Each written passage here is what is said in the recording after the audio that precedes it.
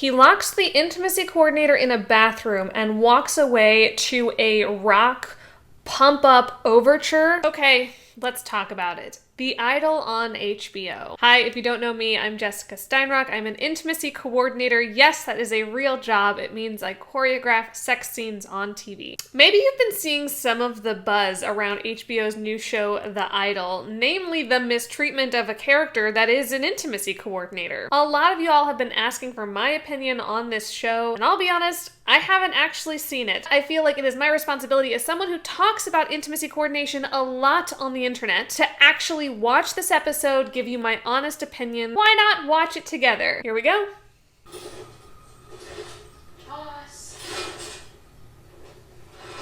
I knew I wasn't gonna like this, but I really don't like this. The intimacy coordinator jumps right in front of the camera. That is deeply unprofessional and not something any of us would do. But even if I disagree with how the intimacy coordinator asked the production to pause and take a moment, they're still just working within the boundaries of a nudity writer. A nudity writer is something that is pre-negotiated. The intimacy coordinator has nothing to do with negotiating the nudity writer whatsoever. That is between the actor and production. We reaffirm usually with the actor that the nudity writer matches what their expectations are. Personally, if I'm working with a nudity writer that says no nipples, I'm gonna make sure that there's some kind of pasty on the chest of that person. And this is because then even if camera does catch something, they're not going to use that shot because it's clearly a pedal pasty. I think the language that this intimacy coordinator character is using is pretty great. They're being completely upfront about how a change in the nudity writer takes at least 48 hours, and this is so actors have time to consider and no one can be pressured on set to do something that they don't want to do. If the actress was okay showing her chest, then my question is why did she or her agents push so hard for a nudity writer that was as restrictive as it is? What? What? It's an emergency. I need you over here. You realize how fucking annoying and insane that sounds? It's actually very progressive. It's to make sure she doesn't feel pressured. This intimacy coordinator is getting an insane amount of pushback, but not an unheard of amount of pushback. When I walk onto sets, I am constantly faced with skepticism and with challenges to whether or not my role should even exist. The term fucking annoying is not a new one to me. Now, it doesn't happen all the time, and I would say 90% of the sets I walk onto are deeply appreciative of the work intimacy coordinators are doing. And more we are seeing actors come out and say how supported they felt by these protocols and guidelines. Let's keep going.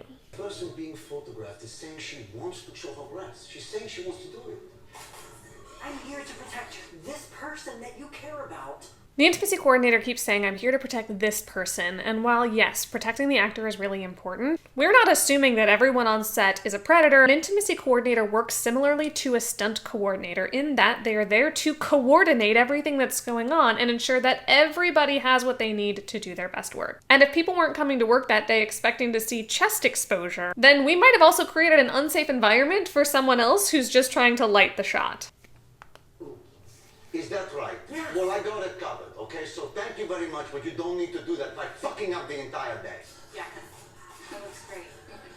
You'll thank me when you're 60. He's ridiculous.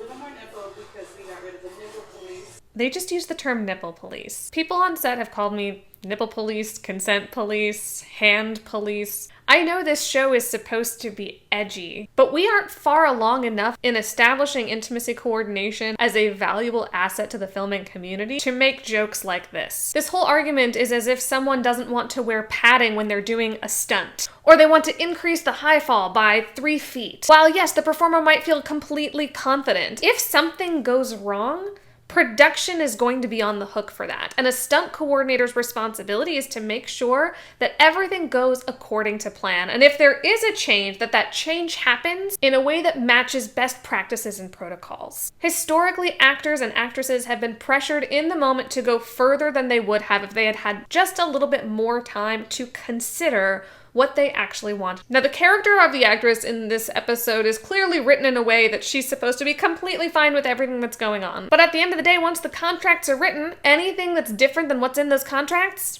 is a breach. And someone could potentially be liable for that. Let's go in. Come in here. I don't want everybody to hear this.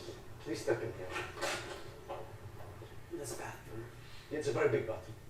Please.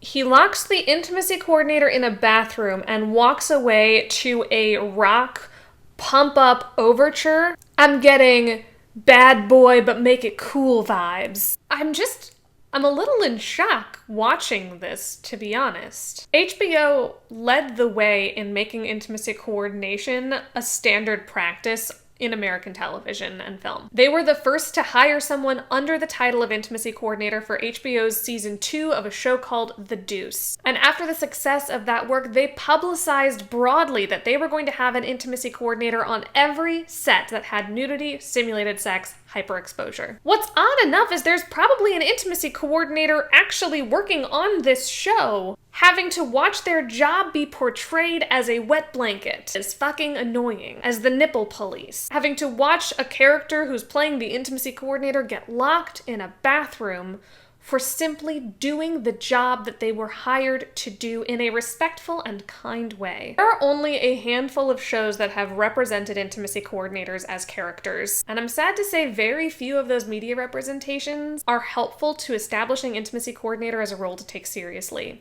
despite the waves of positive reinforcement we are getting from the industry at large that our work is valuable. I guess all I can say is that I'm really disappointed. I'm disappointed and I wish that this scene didn't exist. Normally I try to ask some kind of question to get y'all to engage in the comments, but I don't really feel like sparking a debate or listening to people defend this show by saying it's supposed to be edgy, it's supposed to be seen as a bad thing. Because I'm not sure this show reads as it completely being a bad thing, and that's what makes it so scary to me. Anyway, those are my thoughts. I hope you've enjoyed them. Hopefully the next video will be a lot more positive.